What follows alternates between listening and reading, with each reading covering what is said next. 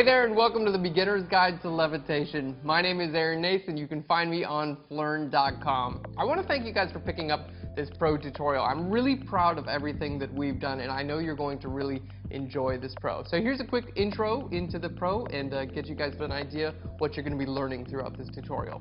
This tutorial is broken down into 4 sections. We have our intro and planning, we have cutting the subject out, we have color and light rays, and last we have dust and finishing steps.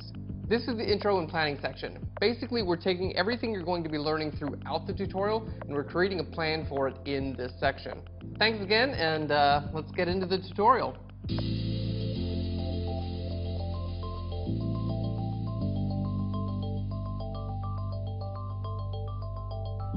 Hey there, and welcome to the Beginner's Guide to Levitation. This is the falling method, and we're in section 1. We're going to be going over the intro and planning for the entire image. So we're going to get everything together, get a good plan going on for what we're actually going to accomplish throughout this tutorial. We've got different sections, and then we're going to go ahead and jump into it. So let's go ahead and load our files. That's the first thing we need to do. We're in Photoshop already. Let's go to File. There we go. We're going to go down here to Script, and I'm going to go Load Files into Stack. This can allow me to bring multiple files into the same document. So we want to choose Use Files. We're going to go ahead and browse for the actual files themselves. So let's hit Browse. We're going to go to our folder here. So we've got our Phlearn Pro, Beginner's Guide to Levitation. We're going to go to Tutorial Images, Levitation 1, Falling Method, and now I'm going to hold down Shift and click on all of the images. So we have all 4 of these images now selected. Okay, let's go ahead and hit Open. There we go, and here we can see them, all 4 of them are in a list here. Now, because we actually photographed everything in the same place on a tripod, we do want to check this box down here that says Attempt to Automatically Align Source Images. So let's make sure that's checked, and that's going to make sure that any small variation that was that happened if someone bumped the tripod or whatever it was, it's going to go ahead and correct. Excuse me, I had a little frog in my throat. It's going to go ahead and attempt to automatically fix that. So let's go ahead and hit OK, and it's going to bring everything together for us. All right, how embarrassing. I didn't speak perfectly during my tutorial.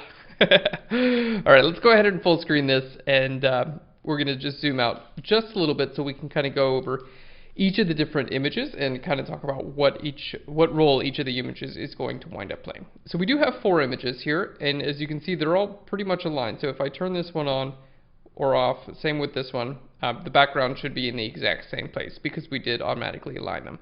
And you can see that's why we have a little bit of a shift here. That edge right around this photo, it just needed to move just a little bit. You can see this one actually stretches out all that way. It will stretch out those images just a little bit to fit everything. All right, so we've got 4 images. Our first image, this is going to wind up making up our background. So let's go ahead and group that with itself. I'm going to hit Command or Control G to group, and we're just going to double click on there, and I want to type in background because this is our background. Okay, our subject is actually going to be 2 different images. We're going to be using this image as the basically as torso down, so everything from about this level down, and then this image we're going to be using from pretty much belly button up. So you can see they're not in the exact same place. So what we're going to wind up doing is we're going to have to cut both of these subjects out. This subject, the legs we're going to wind up cutting out because obviously we need to get rid of the crash pad or beanbag chair right here. So we're going to need to get rid of that, meaning we're going to have to cut her out from there. And then this image, we are going to have to cut her out from the background very well. We're going to be using the pen tool, and then we're going to shift it over to the right. So let's go ahead and shift click the 2 of those. I'm going to hit Control or Command G on those and just double click. All right, I'm going to type that as subject. There we go. And then this image, we're actually just going to use we don't need much of this, but I want to show you guys a really cool trick. I want to make it look like she has more hair, like actually more hair on her head in the final image. So this is going to be just, that'll go into, we're going to use some of that to create more hair. So we'll go ahead and group this together with itself. Double click there and call this hair. You know what? And then we're going to move this hair group into the subject group. Keep it invisible for now. There we go. So we have our subject and we have our background. Alright, so that's pretty much the idea. The Photoshop part of this is pretty much straightforward. Our end goal, let's just create a new layer here. Our end goal is, let's grab a good color here. Alright, we want to get rid of this beanbag chair. We're going to get rid of this light as well. We're going to clean up the background. We need to cut this part of the subject out as well as cut this part of the subject out. We're going to be doing that in 2 separate layers.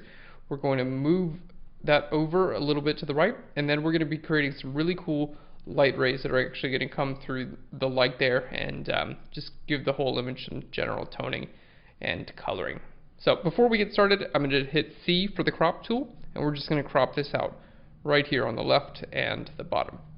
So whenever you're using the crop tool right here, just make sure you have this option at the top unchecked. It says delete cropped pixels.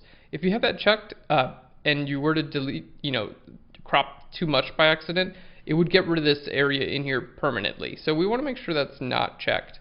And that way, if you decide you need to crop out or include a little bit more information after your first crop, you can get that information back. All right, there we go. So we're just cropping that area out. Let's hit that checkbox right up there. All right, looks like we've got a little bit more on the right we need to bring in. Hit that checkbox there. Okay, so now we've included everything. We'll go ahead and get rid of our plan because we don't need it, and that's the end of section 1. And that's the end of our first section. You can see we're going to go step by step, teaching you everything you need to know to create the images, even from down to the planning stage all the way into completion. Join us in our next section where we're going to be cutting out our subject.